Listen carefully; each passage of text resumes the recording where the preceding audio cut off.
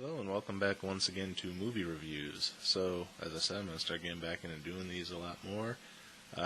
Been making title cards for the last day and a half of all the movies that I want to go see.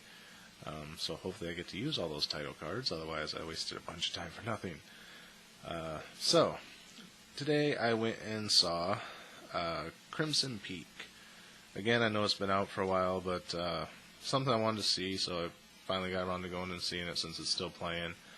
I've actually been trying to go see it for the last couple days here, and I start working on other stuff, and then I get sidetracked, lose track of time, and currently it only had like 2 or 3 showings. One at like 11:30 when the theater opens, which is the one I was trying to go see, and I'd always end up missing. The next one wasn't until like 5 in the afternoon, and then the third one was like at 11 at night. 5 in the afternoon is usually around the time, or close to the time I'm laying down to go to bed, but again, the last few days I've just been like in work mode trying to get a bunch of stuff done. So I would kind of bypass that one. And I can't go see the 11 p.m. one because I have to be into work at 12:30, and the movie wouldn't have been done in time. So I finally got around to going and seeing it. What did I think of it? As usual with Del Toro, his movies are beautiful. You know, he shoots everything beautifully. He frames everything beautifully. Lighting, all that type of stuff. It all looks so beautiful. I just can't, for some reason, get behind the movies that he makes. I think he was involved in Hellboy. I like the Hellboy films. But then, like, he did, what was it, Pan's Labyrinth, and as beautiful as Pan's Labyrinth looked, the story just didn't intrigue me at all. There was nothing to really hold me into it, and I kind of ran into that problem with this too. Like, this seemed like an interesting ghost story about this girl who can see spirits, and they're trying to tell her something, and she doesn't figure that out till much later. But it just takes so long to get to that point. So I'm going to go into the movie a little bit now and kind of explain to you what I mean. So spoilers if you don't want to know what happens in the movie. So it's a period piece. It starts out kind of Victorian times, I guess, but it's in America. There's this girl who's trying to write a novel, and her publisher says that because she's a woman, she should write a romance novel. But she doesn't really want to write a romance novel. He goes, well, take the novel you've already written and just put like a romance story into it. So then we can sell it as a romance novel even though there's more going on in it. And she's kind of sick of being condescended to, you know, the whole women's lib thing. So then she asks her father if she can use one of the typewriters at his office to type it up so that way her penmanship doesn't give away that she's a woman, which, okay, makes sense considering the time that you're in. But then that's kind of almost the last you hear about her novel throughout the movie. There's a guy who comes in who's from a wealthy family, but he's looking to get money to build this machine that it's like a mining machine, and he's looking to her father and his company for basically to provide him the money, and then he'll pay it back with interest and make them semi-partners and whatever in his business. And he meets her because she's out in the secretary's room typing everything, and he kind of glances at her novel and he takes an interest in it. And she's like, I wrote it. And then they kind of start hitting it off. At first she seems like she's not really interested, but you can kind of tell that she is. And she's like, well, I can provide you my manuscript if you'd like to read it and give me your thoughts. So that kind of gets them closer together. Her father doesn't want the mixing of business and pleasure, and he's already told the guy he's not going to give him the money, and he really doesn't want him around his daughter because he just doesn't like the guy for whatever reason.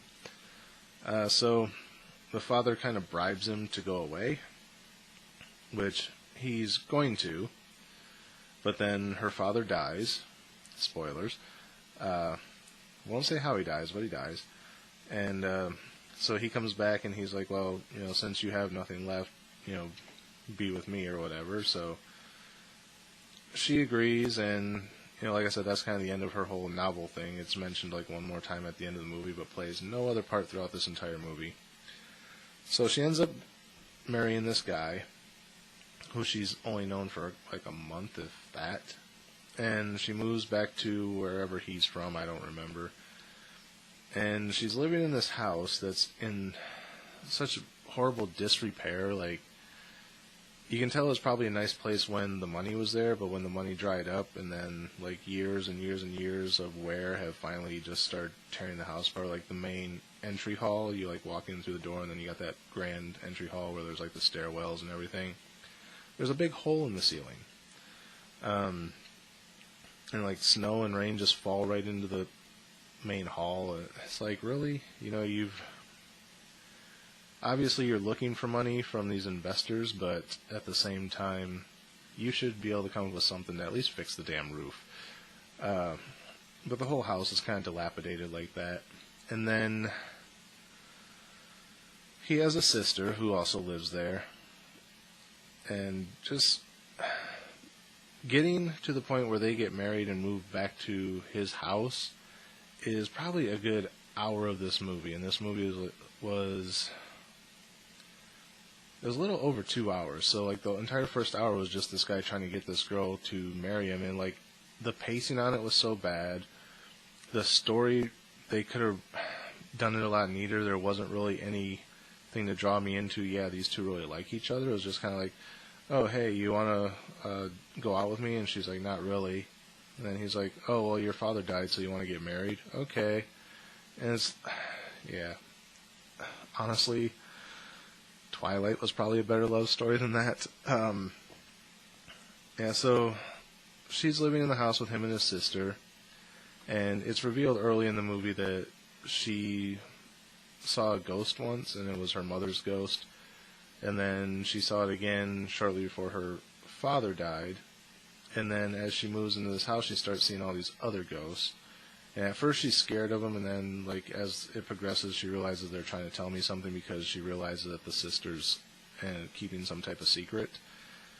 And it just kind of plays out from there, her walking around the house and seeing things and getting scared. Again, one thing I hate about horror movies now is they can genuinely be scary and build tension and get a good jump scare without having to make an intentional jump scare. But every single jump scare in this movie, again, was predicated by a music sting. So, like, right when something's about to happen, it's like, ta-da! And I hate that, because then you're like, wait, what am I looking for? You get the jump scare from the music more than you get the jump scare from what's actually trying to scare you.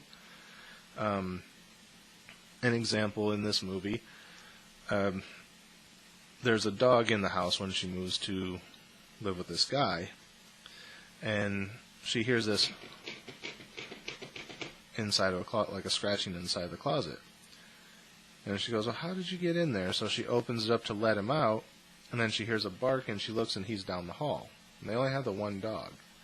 So then she's kind of standing there like puzzled, and as the camera slowly pans back, you see the reveal of the closet door.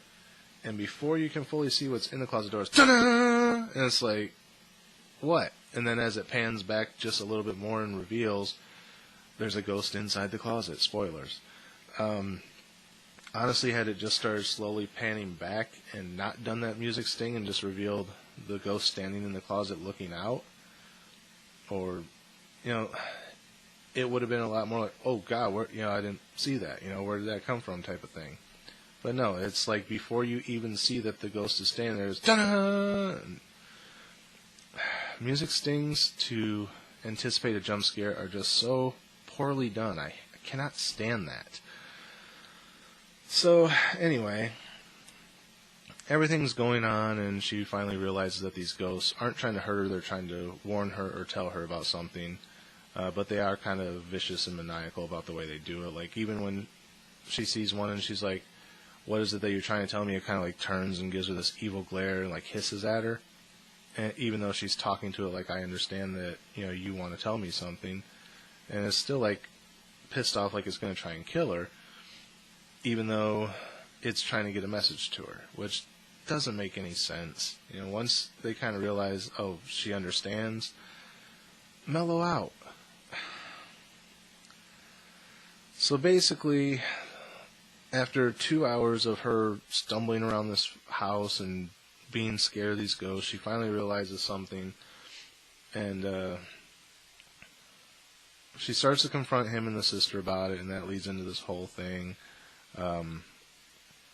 And the secrets are revealed. I'm not going to go into what they are, because parts of the movie were, I can't even say intriguing, I guess. I wanted to know what the secrets were, but not enough to really pay that close attention to the movie. Honestly, I've forgotten a large chunk of it already.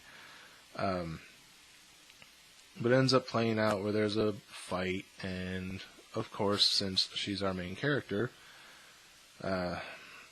she does get injured, but she lives. And then that's kind of the end of the movie. Not much else happens after that. It just kind of... The movie starts with the ending, actually. It's her standing in this field, all beaten up and talking. Or, well, she's not talking out loud. She's kind of inner monologuing.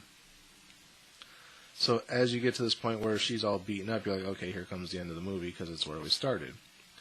So it shows her standing there all beaten up, and she begins the inner monologue again, roll credits. So yeah, basically, like I said, it's a beautifully shot movie. The scenes are beautiful. The one thing I will say is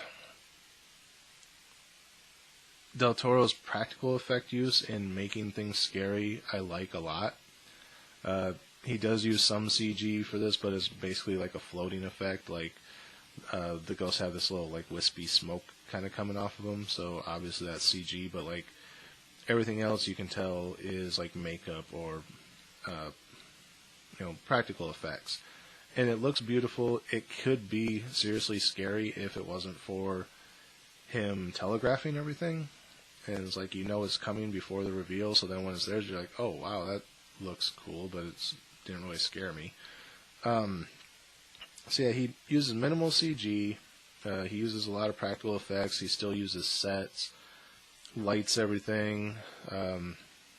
There's actually a really good video online that I saw the other day that talks about how the way he lit this movie is actually a throwback to another horror director from back in like the 30s or 40s or whatever. I don't remember where I saw the video, but it was actually kind of cool, and it explained like why he uses the color choices that he does in the lighting, and it actually makes a lot of sense when you actually watch it and think about it. But again, that's not really enough to make this worth sitting through for 2 hours. I honestly expected it to be a lot better of a movie, but then again, like I said, thinking back to Pan's Labyrinth, I thought that was going to be an amazing movie, and like I said, it was visually beautiful, but the story just, Same thing kind of here. It takes way too long to get to where it's going, and the visuals aren't enough to make up for that. So, as far as a star rating on this one,